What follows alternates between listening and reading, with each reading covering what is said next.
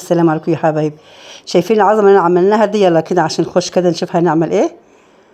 ماشي، هنتبل بقى ايه التتبيله الحلوه اللي احنا هنعملها للاجنحه. حطيت هنا معلقتين دقيق ومعلقه نشا، صويا صوص ودبس رمان، فلفل اسود، وحطيت بابريكا، وحط طبعا فلفل بتاع دي بهارات، معايا توم بودره، بصل بودره، معايا ريحه شطه صغنطوطه كده عشان هي حاره، معايا كركم، معايا بقى ايه بقى التوابل اللي انتوا شايفينها دي كلها الجميله دي حطيناها، وكزبره وحبه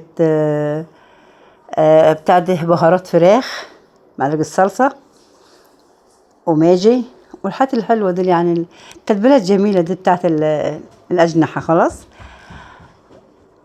ماشي يا حبايبي.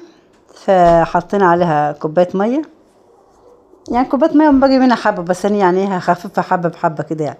ودايما تعملوا التتبيله بتاعتها خفيفه، ريحه زعفران، ريحه يعني حطيت سن الزعفران، يعني حاجه كده ايه عشان بس تديها اللون تبقى حلوه كده.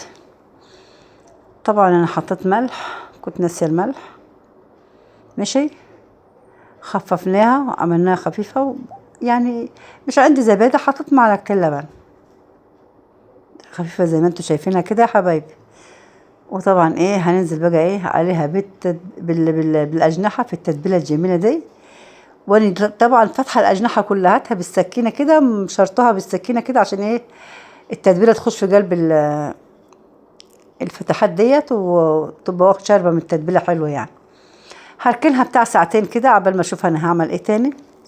هعمل حبه مكرونه اسباجيتي بس روعه، بصراحه هعمل حبه مكرونه روعه، مش تقولوا حاجه يعني. طبعا مقطعه المكرونه اهيت، حطيت لها الميه سخنت، غليت، حطيتها عليها، حطيت هنا معلقه سمنه وحبه زيت.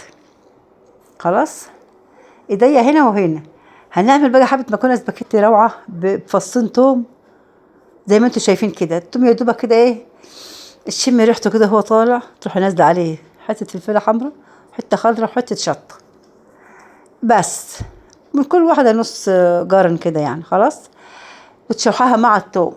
ماشي، حطينا عليها معلقه صلصه، شوحها طبعا كده معاها. انا ايدي هنا وايدي هنا يا جماعه، معلش ايد في المكرونه وايد في الصلصه اللي انا هعملها للمكرونه. حطيت حبه بابريكا، فلفل اسود، وملح. ماشي، وحطينا الطماطم بعد ما ضربتها وصفتها حطيتها. انا بصفي الطماطم بتاعت المكرونه بالزيت بصراحه يعني. معايا مكعب ماجي حطيته، خلي طعم الصلصه جميل. وفعلا كانت المكرونه امبارح طعمها روعه، لسه بنزل فيديو النهارده عامله امبارح. ماشي، المكرونه خلصت اهيت، وحطيت عليها الصلصه، بس مش هولع عليها تاني، ساعه التقديم والاكل هنولع عليه. ماشي، طبعا طبعا الاجنحه في التلاجة بقالها ساعتين، انا بتبلها يعني ايه حبه كده يعني، مش على طول اعمل على طول هنزل في التتبيله واحمر، لا. دي بقى الدقيق بتاعنا، حطينا كوبايه، حطينا عليها حبه فلفل اسود، توم باودر، بصل باودر، حطينا ريحه كيك شيف، مش عندي اللي هو نوع البودر التاني الاخضر دي، لا عندي كيك شيف. حطيت ريحه بس كده بس في الدقيق، وتبلت الدقيق الاخر، حطيت عليه حبه توابل، ومعايا الاجنحه اهيت. باخد من الطبق واحط في الدقيق.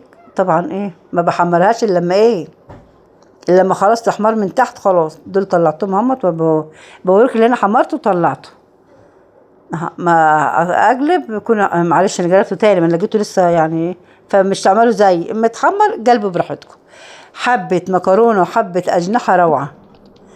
ماشي، شايفين الاجنحه عامله ازاي؟ أنا مش عارفه افتحها لكم، سخنه مولعه. شايفين الجمال؟ حلوه والله جميله.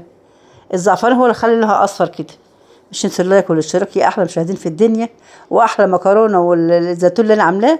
مع السلامه حبايبي.